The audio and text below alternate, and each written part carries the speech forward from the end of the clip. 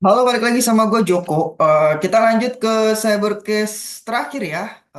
Cybercase ke-32. Jadi di project Cybercase ini gue akan mengakhiri di sesi ke-32 gitu ya. Atau case ke-32. Judulnya adalah Packet.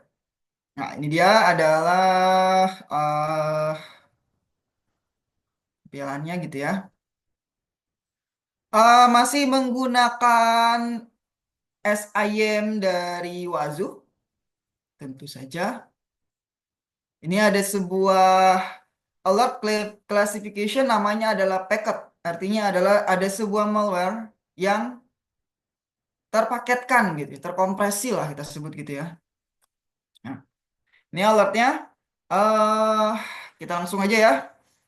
Alat tersebut menunjukkan bahwa pada endpoint DB2 terdeteksi sebuah proses yang mencoba mengeksekusi file atau payload langsung dari memori tanpa melalui mekanisme normal sistem call OS operating system dengan klasifikasi packet yang mengindikasikan file kemungkinan telah dikompresi, obfuscate, dikaburkan atau menggunakan packer untuk menyamarkan payload. Ya, standar-standar malware ya untuk dia menyamarkan payload ya. Perilaku seperti ini umum ditemukan pada malware fileless attack. Ini biasanya dia nggak ada filenya, dia jadi berjalan di memori gitu ya. Proses injection, reflective loading, atau teknik defense evasion. Karena eksekusi dilakukan langsung di RAM untuk menghindari deteksi keamanan. Meskipun dalam beberapa kasus dapat berasal dari software legitimate tertentu. Alat ini tetap tergolong mencurigakan dan perlu diinvestigasi. Tentu terhadap parent process, command line, hash file, aktivitas jaringan, serta kemungkinan persistence pada sistem. Oke. Catatannya sekarang packet itu apa gitu ya. Packet dalam konteks cyber security berarti sebuah file executable, misalnya exe.exe.dll atau payload malware telah dibungkus, dikompresi, dienkripsi, atau diobfuscate menggunakan program khusus yang disebut packer. Tujuannya bisa legitimate, seperti mengecilkan ukuran file atau melindungi kode aplikasi dari reverse engineering, mengecilkan ukuran file atau melindungi kode aplikasi dari reverse engineering ya. Reverse engineering itu mengembalikan ya, mengembalikan kondisinya jadi reverse ke belakang gitu. Dia bisa ngurutin ke belakang.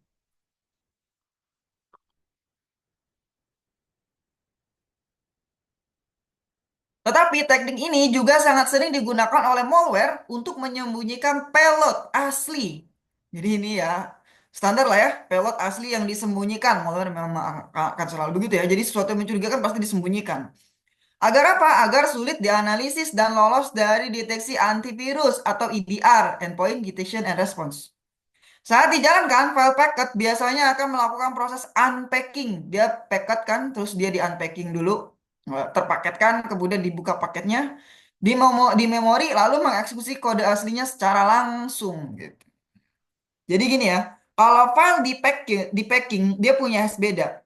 Nah, ketika di unpacking, nah disitulah ada kode-kode tersembunyi. Jadi memang betapa berbahayanya menggunakan perangkat lunak yang gratisan ya. Tentu saja seorang itu membuat perangkat lunak tujuannya tidak hanya untuk gratisan, pasti dia ada tujuan-tujuan tertentu.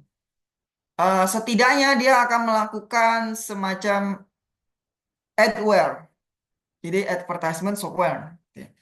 Sehingga sering memunculkan alert terkait memory execution atau suspicious behavior. Contoh packer yang umum antaranya adalah UPX, Temida, Aspect, dan custom packer yang dibuat oleh threat actor. Kita coba lihat lebih detail mengenai malware yang dikemas kalau ke packet tadi ya. Malware yang dikemas itu membutuhkan tiga elemen, misalnya yaitu adalah file eksekusi yang dikompresi, bagian yang dikompresi atau dienkripsi, yang ketika dibuka didekompresi, didekripsi atau keduanya menjalankan aktivitas berbahaya. Jadi namanya juga filenya dikompresi ya. Jadi dia ada semacam tambahan, tulisan tambahan gitu. Jadi nggak kedeteksi tuh payload yang berbahaya tadi. Stub itu bagian yang memberitahu host korban cara membongkar file eksekusi yang telah dikompresi. Istilah stub sering digunakan secara bergantian dengan istilah wrapper. Stub nih bagian yang memberitahu host korban cara membongkar file tadi yang di packet ya. Packer, program yang digunakan oleh pembuat malware untuk mengemas, mengopresi, mengenkripsi atau keduanya malware. Program ini tidak dikirimkan ke korban. Ya tentu saja. Jadi packer ini yang digunakan si hacker untuk membuat packet tadi. Gitu. Mengapa harus menyertakan malware? Motivasi utama untuk mengemas malware adalah untuk melewati langkah-langkah keamanan dan membuat malware lebih sulit dianalisis. Jika kita mengambil contoh sederhana dari biner Hello World yang telah dikompilasi dan dikompresi, kita dapat melihat mengapa malware yang dikompresi lebih mungkin melewati alat keamanan karena dua alasan. Malware yang dikompresi memiliki tanda tangan yang berbeda. Saat Anda mengkompresi malware, file eksekusi yang dikompresi akan memiliki hash yang berbeda dari versi yang tidak dikompresi. Ya, jelas itu dia tujuannya untuk obfuscate. Jadi hashnya tuh ternyata berbeda nih. Ini hashnya malware, ini hashnya yang sudah dikompres. Jadi hashnya beda sehingga deteksi dari si EDR-nya juga berbeda gitu kan. Secara sederhana ya begitu memang teknik kerjanya. Dia untuk mengubah hashnya secara sederhana gitu. Lalu packet itu ya di unpacket oleh oleh mesin kita, oleh mesin korban dengan cara apa? Dengan cara dia ngelihat stop, yaitu cara memberitahu host gimana cara ngelakuin unpacking dari packet yang sudah dilakukan eh, packing oleh hacker dengan menggunakan packer program tadi. Secara sederhana seperti itu. Lanjut ini lognya. Hostnya adalah DB2, berarti ini berjalan di database lah ya. Kalau dari namanya DB2 berarti database kedua gitu ya. Threadnya .b4 and d1 d0. Pathnya /var /tmp /documents. Nah ini dia. Terus execute-nya sroot, prosesnya system D. Kemudian tekniknya adalah reflective code loading. Fairly malicious atau true positive. Mitigationnya kill and quarantine fail. Nah, ini mitigasinya ini gagal nih. Kill dan quarantine-nya gagal. Nah, ini berbahaya. Nah, ini adalah hash-nya. Alert ini menunjukkan bahwa EDR Sentinel-1 mendeteksi dan mengklasifikasikan file tersembunyi di direktori /var/tmp/documents sebagai malware berbahaya dengan tingkat keyakinan tinggi. Di mana file tersebut dijalankan menggunakan bin bash oleh proses sistem D dengan hak akses root serta terindikasi melalui teknik Defense Evasion Mitre Attack T1620 Reflective Code Loading, yaitu upaya menjalankan kode langsung dari memori untuk menghindari deteksi sistem keamanan. Selain itu, mekanisme mitigasi otomatis EDR seperti kill dan quarantine gagal dilakukan statusnya failed. Sehingga terdapat kemungkinan proses atau payload tetap aktif di sistem meskipun insiden telah ditandai sebagai resolve oleh policy agent. Oleh policy agentnya ternyata sudah ditandai resolve. Hmm, policy agentnya ya, oke. Sekarang kita fokus ke Mitre Attack ini apa sih nih? Teknik apa gitu ya? Reflective code loading adalah teknik yang digunakan malware untuk menjalankan kode langsung dari memori tanpa melalui proses eksekusi normal sistem operasi. Sehingga aktivitasnya lebih sulit dideteksi oleh antivirus atau EDR karena minim jejak pada file disk dan sering digunakan untuk menyamakan payload atau proses berbahaya di dalam sistem. Kita coba lihat nih Mitre Attack itu T1620 gitu ya. Pemuatan kode reflektif. Reflective code loading. Pihak attacker dapat melakukan pemuatan kode secara reflektif ke dalam suatu proses untuk menyembunyikan eksekusi muatan berbahaya. Jadi payload nih, kuncinya adalah di payloadnya gitu ya.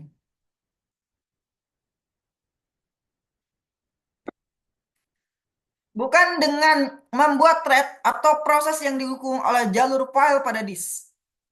Muatan yang dimuat secara reflektif dapat berupa biner yang dikompilasi, file anonim hanya ada di RAM, atau hanya cuplikan kode eksekusi tanpa file, cell code independent posisi. Misalnya assembly.load. Nah, ini functionnya. Metode yang dieksekusi oleh PowerShell dapat disalahgunakan untuk memuat kode mentah ke dalam proses yang sedang berjalan. Ini berbahaya nih, PowerShell ya. Injeksi kode reflektif sangat mirip dengan injeksi proses kecuali bahwa injeksi memuat kode ke dalam memori proses itu sendiri, bukan ke dalam memori proses terpisah. Pemuatan reflektif dapat menghindari deteksi berbasis proses. Karena dia dimuat secara reflektif, dia bisa menghindari deteksi berbasis proses. Jadi nih metode deteksi kan ada beberapa ya. Di antaranya adalah deteksi berbasis proses.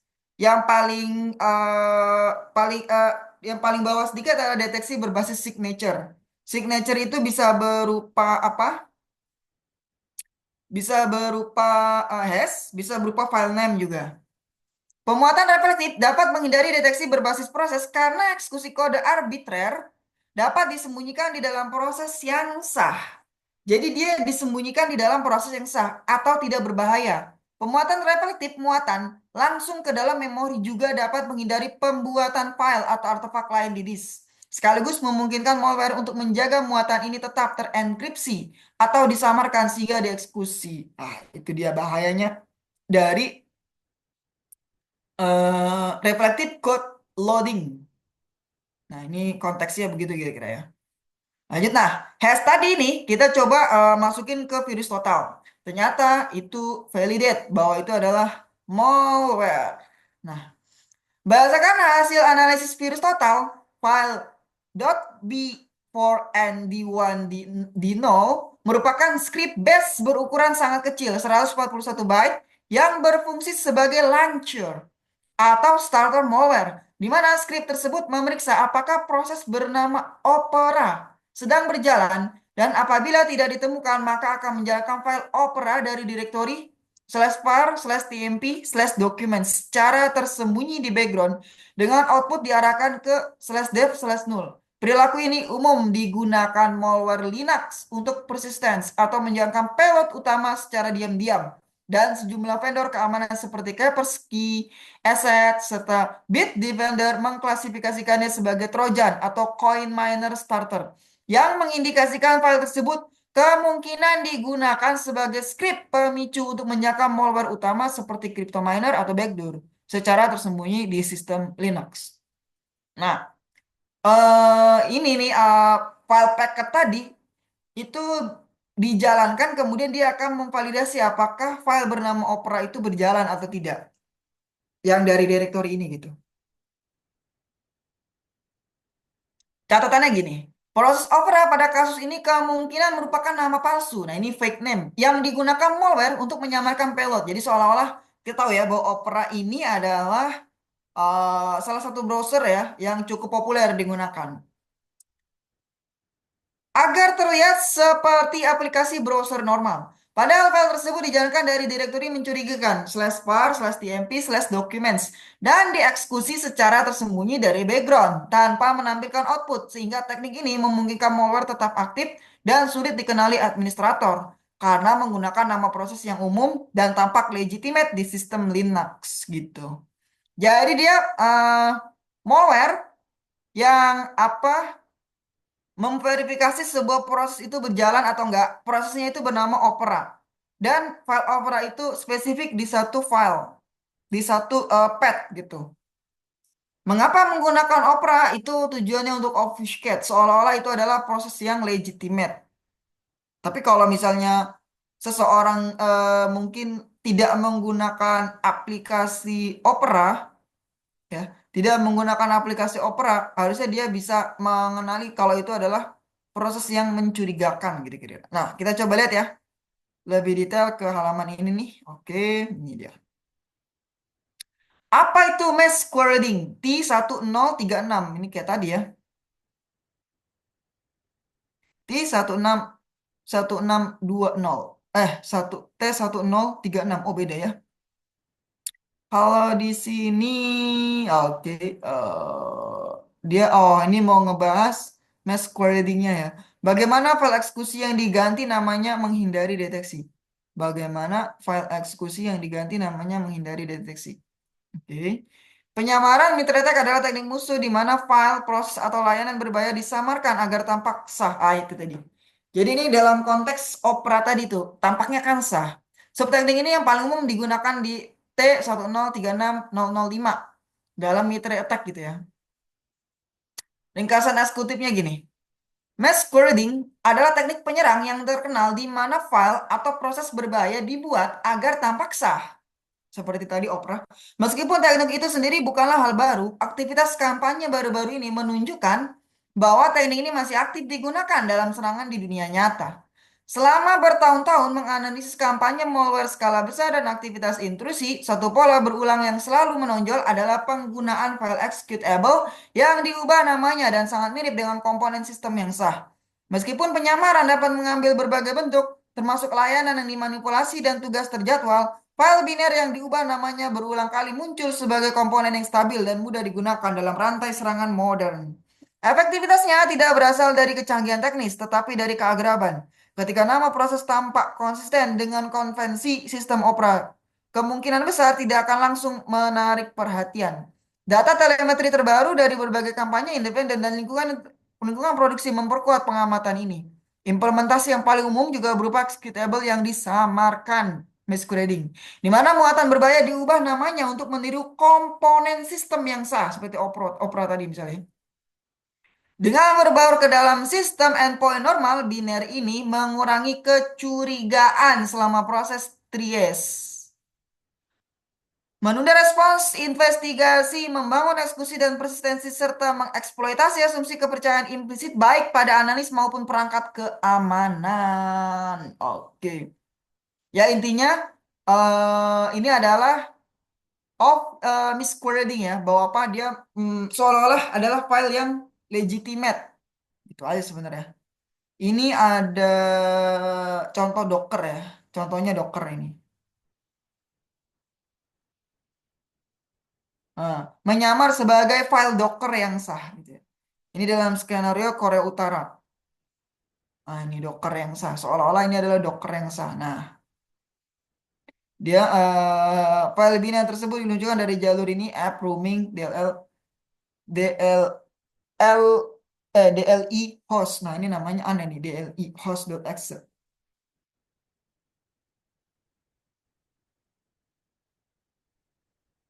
Nah, ini kan DLL host.exe ini yang legitimate dengan mengganti huruf L menjadi karakter I. Kalau orang nggak teliti, jadinya dia nggak tahu ternyata ini adalah proses yang masquerading atau dia menyamar ya, gitu, kira-kira gitu. Oke, secara sederhana gitu boleh banget kalau mau didalemin nih di link ini, kalau mau didalemin lebih dalam gitu ya. Oke, nah ini adalah cybercase kita ke-32. Nah, di cybercase 32 atau terakhir ini yang judulnya Packet, secara sederhana tadi ya, bahwa siapa namanya attacker mengirim sebuah file packing yang sudah di packing dengan menggunakan software packing yaitu Packer, kemudian dikirim. Nah, di dalam packet itu biasanya ada stub yang memberikan stub tadi ya, stub ya, yang memberikan informasi kepada host bagaimana cara melakukan unpacking dari file yang di packet itu tadi itu. Tujuannya apa? Supaya hashnya berubah, karena di packet itu isinya akan ada payload yang berbahaya tadi. Begitu host tadi sudah mengetahui dari stubnya cara melakukan unpacking dari file ini, maka file tersebut akan terunpacking. Nah, saat proses unpacking itu ada payload berbahaya yang dijalankan. Payload itu kemungkinan besar akan berjalan di apa namanya, di memori atau RAM, random access memory gitu ya. Masuk ke sana sehingga tidak ketahuan. Nah, dalam konteks ini, file ini memverifikasi apakah proses bernama Opera dari path tertentu itu telah berjalan atau belum. Nah, itu dia. Nah, itu dia teknik dari packet ini, file packet ini. Kira-kira secara sederhana seperti itu gitu ya. Nah,